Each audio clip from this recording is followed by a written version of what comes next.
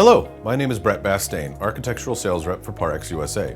Today we are going to be demonstrating the application technique for the wood grain finish, as well as providing some tips along the way to help you with a successful installation.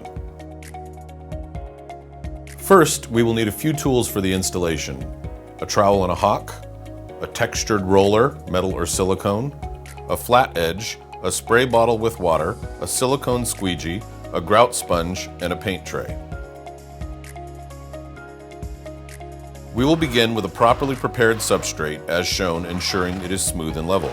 Today we will be applying Alto to a prepared Parex 121 substrate embedded with mesh. Trowel the base product using a stainless steel trowel to the desired thickness.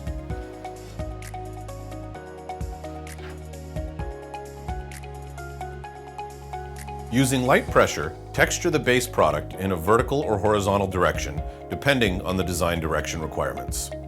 When texturing with a silicone roller, pre-treat the roller with the base product before texturing. Score the texture to your desired joint width. We will use a tool to create a 1/4 inch joint. Using a level flat edge, create the score lines using the tool.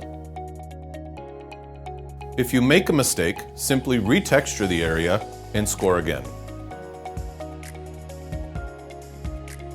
After scoring is complete, spray the textured area with cool potable water, then lightly knock down the texture with a silicone squeegee, paying particular attention to score the lines.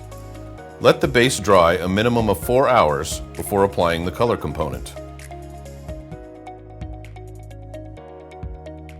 After allowing the finish to completely dry, pre-moisten the surface with a mist of water from a spray bottle.